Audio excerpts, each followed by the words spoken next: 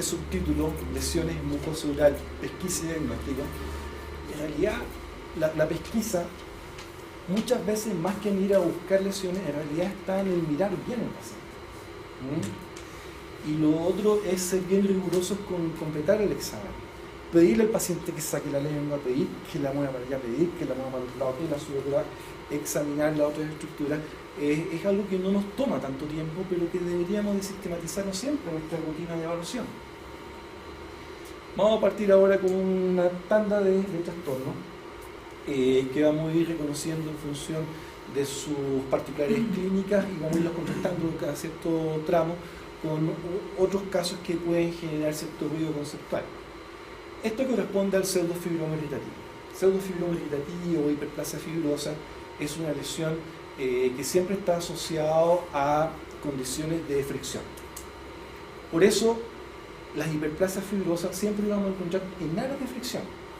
Líneas de la oclusión, borde lateral de lengua, vértice de lengua. Esas son las zonas que están expuestas a la fricción por la masticación o eventualmente a la succión, como estábamos describiendo hace un rato. Y estas lesiones son bastante características. El color que la reviste es rosa, rosado, a veces más pálido que otro, pero siempre son lesiones bastante redondeadas, bastante simétricas, como nosotros decimos simétricas, que si nosotros trazamos una línea imaginaria, las dos partes se ven iguales, y con una base de implantación pediculada. Fíjense que esta otra lesión en otro paciente y que tiene exactamente las mismas características clínicas. Lesión pequeña, regularmente mide alrededor de 1 centímetro, aquí está la brecha con la cual coincide perfectamente, y la base de implantación pediculada es bastante relevante para poder identificarlas, para poder conducirnos a este trastorno que es bastante frecuente de observar y que siempre lo vamos a encontrar en esas zonas anatómicas donde está expuesto a la condición de fricción. Aquí vemos otra, nuevamente a la altura del plano cruzal, ya en una zona más bien retrocomisural, donde se observa nuevamente esta lesión nodular de base de implantación pediculada, rosada acá, pero que también en este caso alterna con zonas blanquecinas. Y aquí lo que sucede es que ha habido un sobrecrecimiento no solamente del componente conectivo, sino también ha habido una reacción del componente epitelial. Por eso es rosado, por el componente conectivo, y se vuelve más blanca por la fricción del componente epitelial, se vuelve más hiperkeratósico. Pero el resto de los parámetros sigue siendo redondeado, base de implantación pedicular, y es lo característico que uno observa en estos sitios anatómicos. Hay un mayor acercamiento y nuevamente podemos reconocer cómo se observa ahí su base de implantación.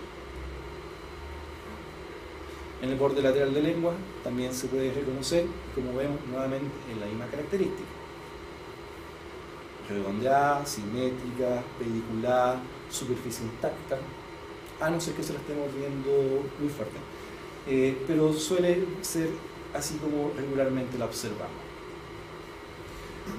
Una segunda lesión, lo que vimos nosotros del pseudofibroma irritativo, una segunda lesión bastante frecuente de observar es lo que nosotros encontramos a nivel de la encía marginal. La encía marginal generalmente vamos a poder encontrar estos agrandamientos tisulares que corresponden al granuloma piógeno. El granuloma piógeno en realidad es un mal nombre, pero que ha persistido en toda nuestra historia de la odontología y que todos lo vamos a entender como esto, ¿ya? Que es una reacción conectiva principalmente, son fibroblastos, colágenos, vasos sanguíneos presentes ahí, que todos son los que entran en el proceso de multiplicación, donde el estímulo va a estar dado siempre por una condición periodontal deteriorada. A veces generalizada, a veces localizada, pero ya cuando empieza a agrandarse esto, ya es imposible lavarse los dientes ahí. Entonces se genera esta irritación biológica normal, normal entendido en este contexto, y que va finalmente generar la condición para que se agrande esto y nuevamente va a compartir muchas de las características que nosotros veíamos anteriormente. También va a ser de base de implantación pedicular, también va a ser redondeada, por lo regular va a ser bastante simétrica, con las particularidades sí en que generalmente suele alternar colores. El granuloma piógeno, al ser una lesión vascular, suele ser bastante rojo, bastante intensamente rojo, Cuando ya está más envejecida, empieza a adoptar estas zonas más rosadas, que es el signo de que se está fibrosando. Pero básicamente estamos hablando de un mismo tipo de lesión en diferentes momentos desde que lo estamos observando. Y es lo que suelen observar. Acá, por ejemplo, otra lesión, nuevamente la encía marginal, y la historia de estas que son lesiones de larga data, lo mismo de la anterior. Realmente el paciente se preocupa cuando se empieza a asomar. O sea, en realidad ningún paciente de los que me han llegado con esto me llega porque me encontré algo. O sea, me dicen porque ahora me derribo y se ve. Y eso ya es orientador de que el paciente ha soportado harto tiempo con ello. Tú le preguntas y te dice, no, llevo 2 o 3 años, y eso es otra característica. Suele tener una data bastante larga, aun cuando el crecimiento en su primera fase puede ser rápido. Como que crece rápido, pero después no crece más. Y después empieza a cambiar estos colores, pero conserva siempre estas propiedades, ¿ya? Este era otro bastante más grande que teníamos acá, y eso corresponde al borde donde insertaba la prótesis, un borde protésico, una prótesis removible, se insertaba acá.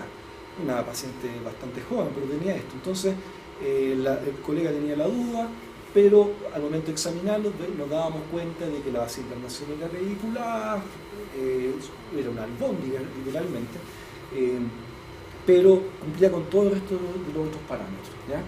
Cuando uno va a hacer la remoción de uno y otra, anestesia local y siempre ir al pedículo, ¿ya? En los casos de los granulomas piógenos, si tú lo abordas por la mitad, te va a sangrar, y la única solución es cortar los pedículos, ¿ya? Vas al pedículo y después haces la hemostasia regular y vas a poder tener un buen control y poder obviamente completar con el estudio histopatológico para que valide tu presunción diagnóstica, ¿ya? Aquí tenemos entonces el pseudofibroma irritativo y aquí tenemos el granuloma piógeno. Se habla de granuloma gravídico, tumor de Bloom, en la condición de la mujer embarazada, pero en realidad igual es un granuloma piógeno, que se da en la condición particular de la mujer en estado de gravidez. Hay literatura que refuerza el concepto del cambio hormonal para desarrollar eso. Personalmente yo no lo comparto, aun cuando existen los cambios hormonales, pero yo siempre prefiero abordar lo que son los cambios irritantes locales. La mujer se vuelve más golosa, come más, se lava menos los dientes, le dan arcada, cambia los hábitos. No sé, es cuestión de contar a las pacientes embarazadas que nosotros hemos tenido. O sea, en realidad, de todas las pacientes que yo he controlado en mis 15 años de ejercicio de profesión, y que varias las he visto con su pololo, su cambio de pololo, que se casa y que tiene un hijo, en todo ese ciclo, una nomás desarrolló granuloma piógeno y todas las demás embarazadas, ninguna. Entonces, es la gravidez realmente una condición favorecedora. Y después cuando empezamos a indagar en cómo cambió sus hábitos, los vómitos que le venían, las arcadas, que se tomaba una Coca-Cola todos los días y que no podía hacerla, tenía que ser normal. Entonces hay una cantidad de hábitos que van condicionando eso y van generando condiciones de irritación local, propio del que favorece el desarrollo de la placa bacteriana, biofilm, como se le esté diciendo ahora, que al final generan los mismos elementos que vemos en estos granulomas piógenos que hemos visto hasta acá. Entonces, la condición periodontal es importante. Pero aquí llega el caso en el cual queremos conversar. Dime, por favor. Pregunta. Es que en relación al granuloma gravídico, ¿Sí? yo estoy totalmente de acuerdo con lo que menciona, porque en el servicio público, por lo menos, es alta la cantidad de embarazadas que vemos, porque GES, APU, etc. Y la verdad es que yo harto rato igual viendo embarazadas y nunca he visto. Ya, entonces, nuevamente cobra valor el cuidado de la salud bucal, el cuidado de los elementos, el control mecánico de la placa bacteriana. De hecho, algo que se le hace mucho énfasis a la embarazada en sus talleres es justamente eso, o sea, mejorar los hábitos que ya tienen, generalmente los hábitos vienen medio malera, o mantener si es que están bien, pues, siempre el refuerzo educativo ahí con ellas es muy importante. Justamente, entonces, y lo que tú haces en realidad es combatir el mito de que por el embarazo se caen los dientes. Y bien sabemos que no es por el embarazo, es por todas las mismas cosas que estuvimos enumerando. Pero esto también podemos insertarlo como el mito que existe entre los odontólogos. Entonces, por eso también quizás combatirlo de esa misma forma yo creo que podría ser útil. Con la ventaja de que al abordarlo de esta forma nos sentimos responsables. Al paciente se le hace responsable y uno al momento de preparar la boca del paciente también se siente responsable y no le echa la culpa al embarazo. Entonces eso es más o menos lo que la intención de presentarlo así. Pero llega este caso. Esto llegó hace un par de semanas a la facultad. Una lesión ubicado, esto corresponde al área del trígono retromolar de la mandíbula. Vemos una lesión nodular bastante grande para el tamaño que estamos viendo ahí, que le estaba produciendo ya un desajuste a nivel de su prótesis. Lo que estamos viendo acá es el intento de mantener la prótesis, entonces generar una ulceración acá, pero vemos esto. Entonces uno podría decir, podría ser un granuloma piógeno, pero de dentados naturales. Ya causa ruido, porque dientes no hay para poder justificar la irritación local. Podría ser un fibroma irritativo, que la prótesis te provoca un fibroma irritativo. Generalmente lo que provoca es el épuli fisurado, ¿cierto? Que es un tipo de fibroma irritativo. ¿Tiene aspecto de épuli fisurado? No. Si nosotros nos vamos a las otras características que habíamos señalado para pseudofibroma irritativo, que sale a la altura del plano cruzal, borde lateral de lengua, cara interna de mejilla, esto está al lado de la lengua, pero no es borde lateral de lengua, está al lado de la altura del plano cruzal, pero no es plano cruzal. Entonces no estamos encontrando elementos para pensar en un granuloma piógeno, ni tampoco estamos encontrando elementos para pensar que puede ser un fibroma irritativo. Entonces, en estas condiciones es que uno debe poner más alerta. ¿Ya? Mira, el tiempo de evolución, bueno, una de las particularidades es que una persona de 82 años que muy dependiente de sus hijos, entonces tampoco te puede reportar muy bien esos antecedentes. ¿Ya? Entonces lo traen los hijos para que lo veamos, porque en realidad la prótesis ya se le estaba soltando. El tamaño es grande, pero aquí yo creo que la foto hace que se vea más grande. ¿Ya? Ahí separamos la lengua, fíjese que es el espejo, para que tomes como referencia. Igual es grande, el diámetro del espejo, ahí está presente. Lejano de estas zonas que nos podrían inicialmente hacer pensar que estamos en un granuloma piógeno o en un fibroma irritativo. ¿Qué otro aspecto habría que evaluar? Además de la localización. Si es pediculado o no, la base de implantación. Nosotros podríamos reconocer que por distal tenía como un aspecto de pediculado, pero hacia adelante la base de implantación se hacía amplia. Entonces, ¿tenemos los elementos para decir que es un granuloma piógeno? No. ¿Tenemos elementos para dudar de que es un granuloma piógeno? Aun cuando se parezca a un granuloma piógeno. Sí, porque la base de implantación no coincide, porque el sitio anatómico no da para soportar una fricción como la que hemos señalado. Entonces, esto es obligación, completarlo con la biopsia. Lo otro también se biopsia, también se estudia, pero con un contexto de un mayor control. En este caso, hay algo que está pasando acá, que se escapa a los parámetros normales, debemos de acelerar los procesos para poder tener claro qué es lo que está sucediendo ahí. Diferencias, las que hemos señalado, la base de implantación distinta, la úlcera quizás podría generar algún tipo de ruido, pero el hecho de también que haya separado la prótesis, que ya el paciente no la pueda acomodar, también es un parámetro. ¿Qué hacemos entonces? Biopsia apareció por un concepto, ¿cierto? Bueno, esto también hay que biopsiar, pero acá quizás tendríamos que tener una actitud quizás un poquito más prudente. Tomar la biopsia incisional antes de tomar la decisión que hacemos definitivamente con ello. Si existen las condiciones y la expertise quirúrgica para sacarlo completamente, se saca completamente, pero con esa tarea, con esa misión de poder reconocer qué es lo que está sucediendo ahí. Al ser un adulto mayor y al encontrar esta normalidad, yo también exijo inmediatamente hemograma y perfil bioquímico. ¿Ya? Es como parte de la rutina. En el hemograma generalmente aparecen hallazgos que de hecho lo vamos a compartir acá, pero puede darte luces de que algo puede estar sucediendo. Y además, como esto es raro, recordemos que no debemos pensar lo que es una lesión de la típica. Completar con examen de sangre y pedir radiografía. ¿Ah? En esto también hay que pedir radiografía, pero hay un contexto de cierta mayor tranquilidad y mayor control. Pedimos la radiografía acá, pedimos los exámenes de sangre y ahí debemos estar atentos entonces con qué nos podemos encontrar.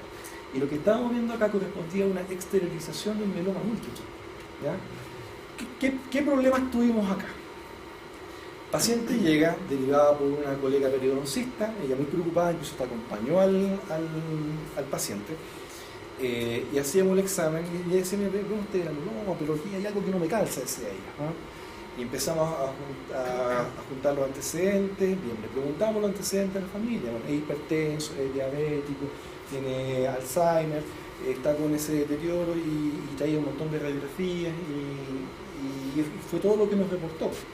Decidimos tomar la biopsia, hicimos una biopsia incisional nada más en ese momento, y en el momento de hacer la biopsia dijimos, wow, esto tenía aspecto de linfoma. Fuimos a hablar nuevamente con la familia y ahí nos dicen, recién ahí, que el paciente tenía un mieloma múltiple hace 3 años. Entonces, las veces y la cantidad de que el momento en que se omite información porque creen que no es relevante para la evaluación general desde el punto de vista odontológico, en realidad es tremendo, ¿no? Y lo que estamos viendo aquí es un mieloma múltiple exteriorizado. Al momento de evaluar la radiografía, ahí se observa el contorno de la lesión con cierta dificultad y buena voluntad, vamos a encontrarlo ahí. Y se ve este hueso apolillado, medio alterado, pero lo cierto es que aquí tiene otra lesión y hay múltiples lesiones. Entonces después, mañana vamos a ver de nuevo el concepto del mieloma múltiple, que es el cáncer de los huesos. Popularmente es conocido el cáncer de los huesos, es la neoplasia maligna que más afecta al hueso, y aquí estamos viendo, en este caso, un mieloma múltiple que lo detectamos por desconfiar de ese granuloma y que hicimos la biopsia seccional y que en el caso del hemograma muestra todos los parámetros sanguíneos en una depresión, están todos a la baja, anemia, proporción de glóbulos blancos baja, proporción de plaquetas baja. Entonces hay esa condición de disminución en sus células, en sus parámetros hematológicos, que también entregan orientaciones para provocar ruido. ¿Esto quién lo tiene que resolver al final? Tiene la segunda tarea, el qué hacemos, ¿no? Porque ya hicimos una biopsia, tenemos el diagnóstico, pero ahora ¿quién lo trata? En este caso tenía su médico, pero supongamos que hubiera sido un hallazgo, absolutamente desde la odontología, desde nuestro sillón. ¿A quién lo derivamos? ¿Quién lo ve? ¿Qué es el mieloma? Entonces, y acá nosotros debemos tener entonces claridad para dónde va. Solamente para adelantar materia que vamos a ver mañana, esto corresponde a que lo vea un hematoncólogo. El hematoncólogo es el que tiene que ver. El hematoncólogo es el que ve los linfomas, las leucemias, los mielomas, la histiocytosis. Entonces, son ellos los que tienen que hacerse cargo de este tipo de casos. Así quedó al momento del control cuando se retiró la sutura, este fue el control a las 2 semanas, donde vemos que la lesión se agrandó, se hizo multilobular, y en estas condiciones fue cuando nosotros ya teníamos el informe en mano, fue cuando lo remitimos al hematoncólogo, a aquel médico que ya le estaba tratando el mieloma múltiple, y lo pusimos en advertencia. El paciente está con una exteriorización, una lesión mandibular, con un compromiso ya parte de la cavidad bucal y que ajustar tratamiento. Y aceptamos su indicación. Su primera indicación, no opere. Déjelo ahí. Porque ahora empieza una quimioterapia. Y la quimioterapia es la que se espera que contribuya a resolver esto. ¿Ya? Entonces ahí uno se entrega a las indicaciones del médico competente, que no es el patólogo. En este caso es el hematoncólogo. Otro granuloma piógeno. ¿Granuloma piógeno? ¿Por qué no? No se ve una lesión vascularizada y tampoco se ve un aumento de volumen característico. ¿Cuál sería el aumento de volumen característico? Un aumento de volumen que sea, por ejemplo, que tenga una base pediculado, que es relevante. Una base C, sí. Por otro lado, si miramos con más detención, ha provocado un ahondamiento vestibular y un aumento lingual. Eso no lo hace el granuloma piógeno.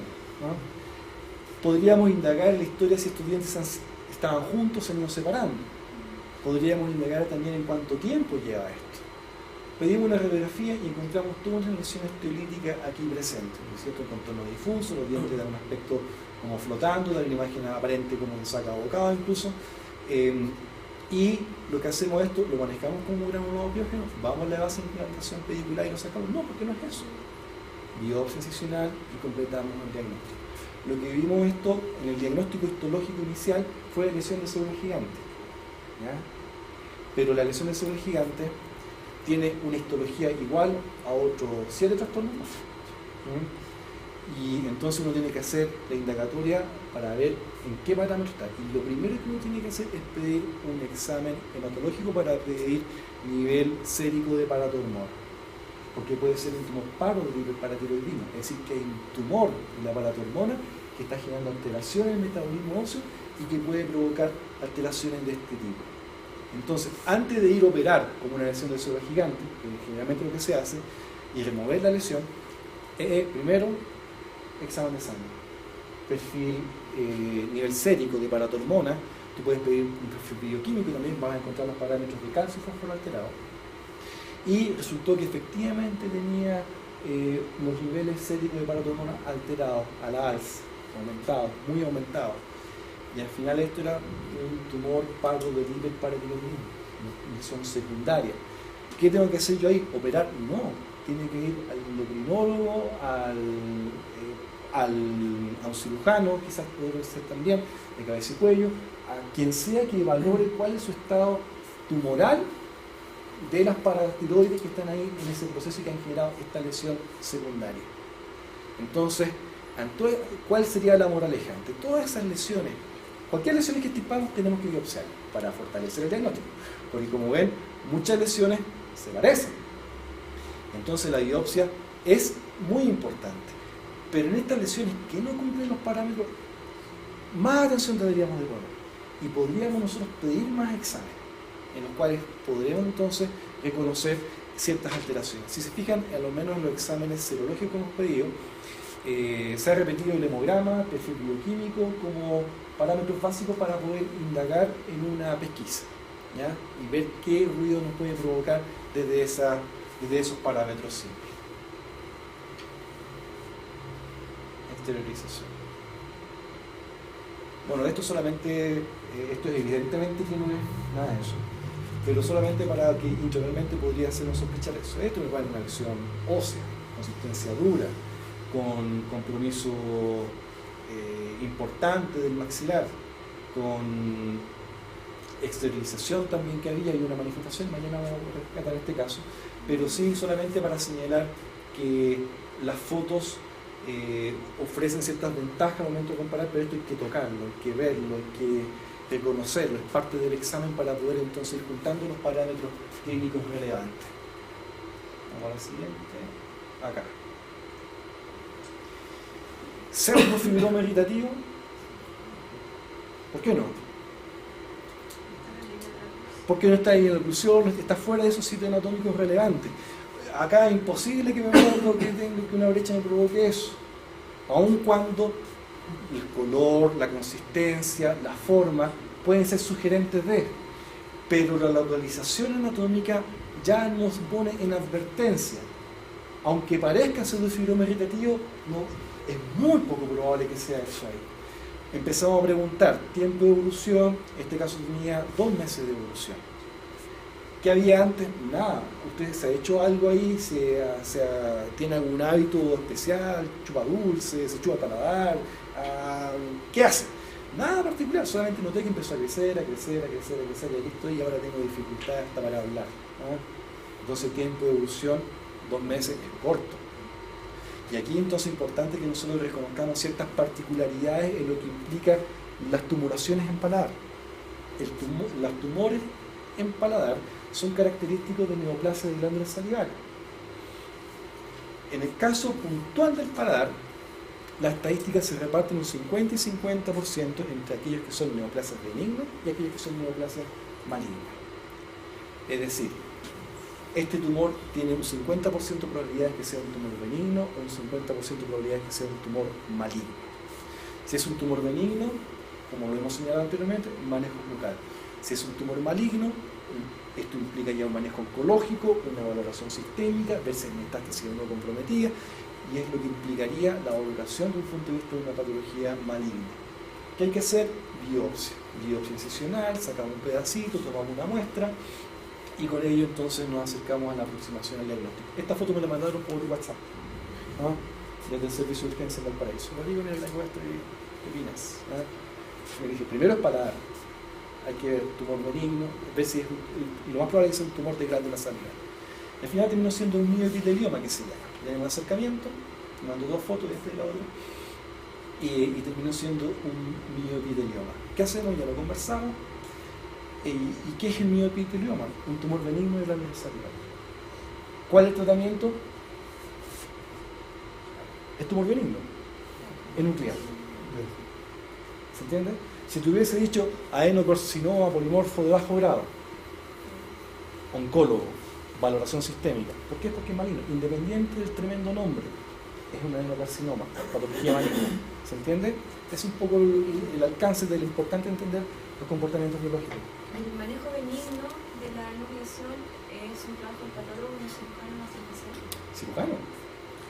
Cirujano. De hecho, ¿cuál debería ser como la actitud? Si a un odontólogo general le llega esto, yo promuevo que el odontólogo tome biopsia. Toma una biopsia, se lo manda al patólogo, el patólogo te dice, estimado colega, este es el informe, y usted dice, salió un mioepitelioma. Mioepitelioma, tú dirás que es un tumor benigno, entonces tiene que ir al cirujano maxilofacial, al lado del doctor Blas. Si es tu patología maligna, cirujano de cabeza y cuello. No se está viendo patología maligna, ¿no? Cirujano de cabeza y cuello, oncólogo, comité oncológico, todo lo que implica eso. Y por ejemplo, a la palpación, ¿hay alguna característica patognomónica que me puede indicar si esto es algo maligno o benigno, si no estoy seguro o si no estoy hablando? Ya. A ver, aquí el parámetro que te entregué yo es la localización. ¿Ya? La localización es la que nosotros deberíamos encontrar como relevante. ¿Ya? Una tumoración en paladar que tenga ese crecimiento continuo, con características de un crecimiento neoplásico, sería lo que nos debería poner en advertencia. Si vamos y seguimos haciendo la semiología de ello, podemos encontrar aquí ciertos aspectos que ahora te voy respondiendo. Las patologías benignas de glándula salival van a ser mucosa intacta, simétrica, bordes bien definidos, lo mismo que dijimos en lipoma.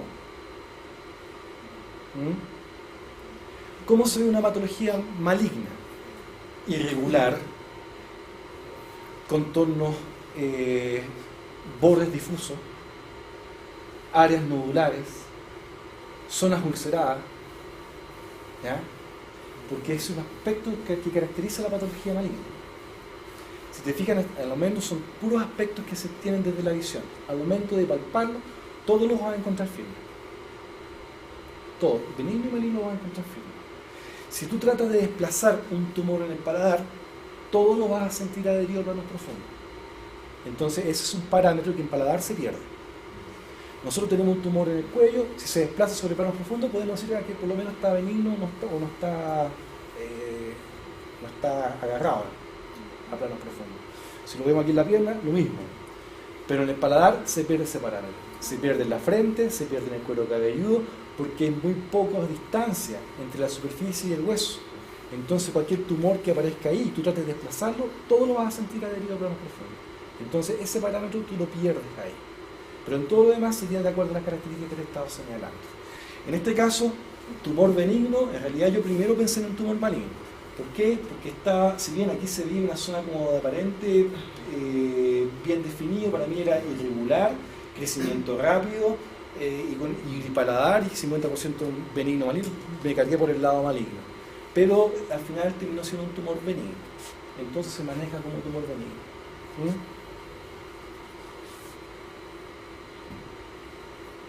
Piso de boca.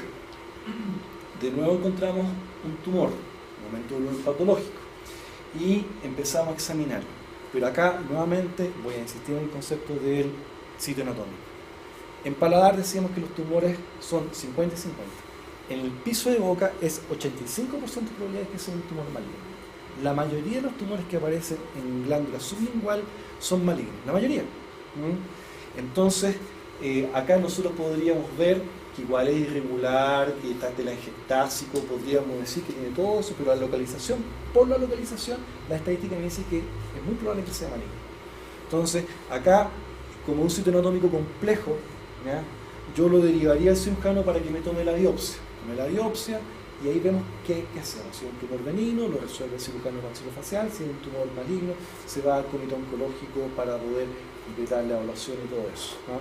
Cuando hablamos de completar la evaluación, hablamos de TAC completo. Si no hay TAC, radiografía de tórax, radiografía de abdomen alto, abdomen bajo, radiografía de huesos largos, completo, porque hay que buscar foco metastásico. Eso hablando en dos formas de buscar metástasis. Las metástasis generalmente dan al hígado, al riñón, al pulmón. Generalmente parten por el pulmón, ¿ya?, por una razón anatómica. ¿Qué particularidades tiene el pulmón y el hígado y el riñón? Que son órganos altamente irrigados y que por su funcionalidad están altamente capilarizados. Por una u otra razón, porque tengo que filtrar, porque tengo que purificar, porque tengo que respirar. Hacen muchos capilares. Entonces es fácil que un trombo neoplásico se atrape ahí. Entonces por eso son los órganos blancos, son los primeros órganos en dar metástasis, más los cuerpos vertebrales.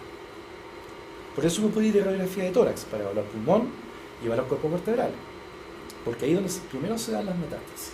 Entonces, eso tú lo podrías pedir, o puedes ir al oncólogo para esperar que lo indique. Si no lo indica o subestima, yo me cambio de oncólogo, pido otro riñón. Pero bueno, podría en un primer estadio, a lo mejor eso está más desarrollado. A lo mejor hay una confusión si no tenemos tan clara la parte anatómica de una ránula, por ejemplo. Sí. No te puedes confundir. Te voy a dar un ejemplo después. En esta misma presentación esperamos alcanzar a llegar. Son las 8:30, ¿hasta qué hora quedamos? Un cuarto, ya. Sigamos. Vamos a llegar entonces a la ránula para ver.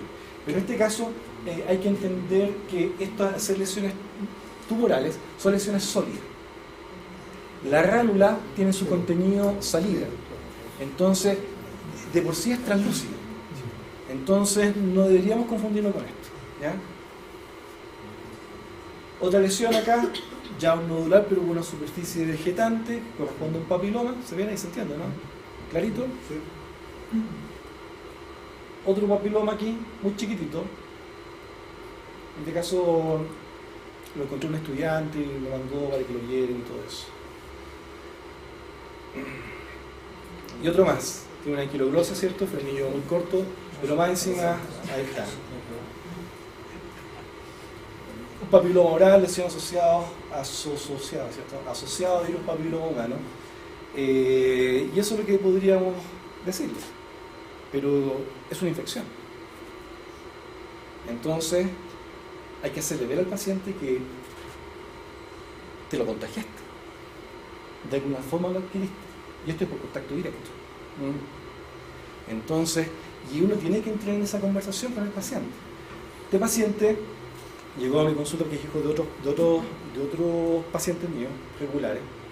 Paciente que le he hecho un puente, paciente que le he hecho un endodoncia, una cosa de odontología general. Y que él había ido donde otro dentista a consultar y que el dentista le dijo: mira, tienes un tumor mucoso. Y él no pudo dormir. Y después le voy a explicar el contexto más complejo de él, que al final llegó acá y le dijimos: mira, esto en realidad era una lesión, todas las características de un virus papiloma, así que es importante que se extirpe la lesión, completemos el diagnóstico con el análisis microscópico, pero después explicarnos también por qué te pasó esto. Entonces, mañana le voy a contar esto. Pero lo cierto es que indagamos en eso y no se pierda la interpretación. Y ahí tenemos un acercamiento y vemos entonces la lesión característica. Aquí se pica, la lesión deja de ser lisa y aparecen estas prolongaciones como digitiformes, que es característico por lo menos de este tipo de lesión, ¿ya? ¿Qué hacemos? Le habíamos dicho, ¿cierto?, completar el diagnóstico, pero dar esa orientación al paciente. Pero el desafío viene también en esta circunstancia. ¿Qué hacemos en esto?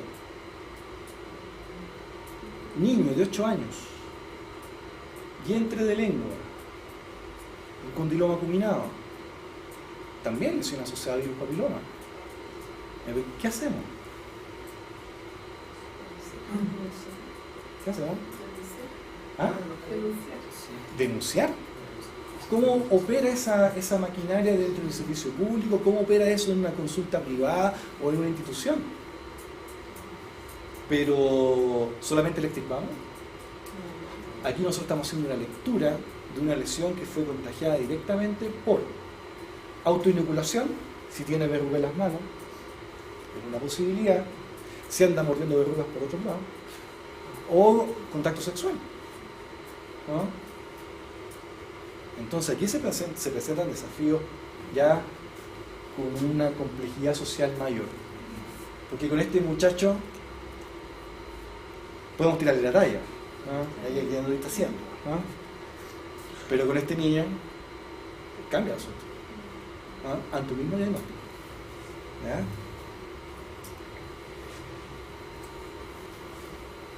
Diagnóstico presuntivo: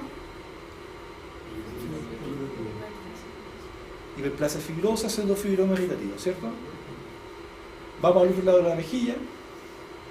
Diagnóstico presuntivo. ¿Ah? Ya. 2 pseudofibromas irritativos, equidistantes iguales. ¿No les parece raro? ¿Ah? El mismo paciente. Entonces, cuando yo vi la primera lesión dije, pseudofibromas irritativos. La otra lesión, pero después 2 pseudofibromas irritativos igual, equidistantes.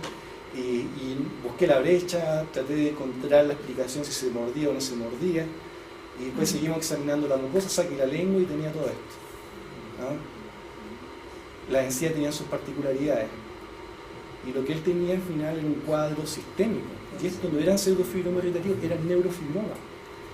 Neurofibroma acá, neurofibroma acá, neurofibroma acá. Nosotros cuando lo operamos para el diagnóstico, sacamos esa lesión y sacamos 2 de la lengua.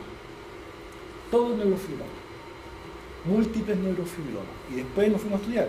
Múltiples neurofibromas, mucosa bucal, mucosa lingual, y apareció un síndrome de neoplasia endocrina múltiple, que se caracteriza por múltiples neurofibromas.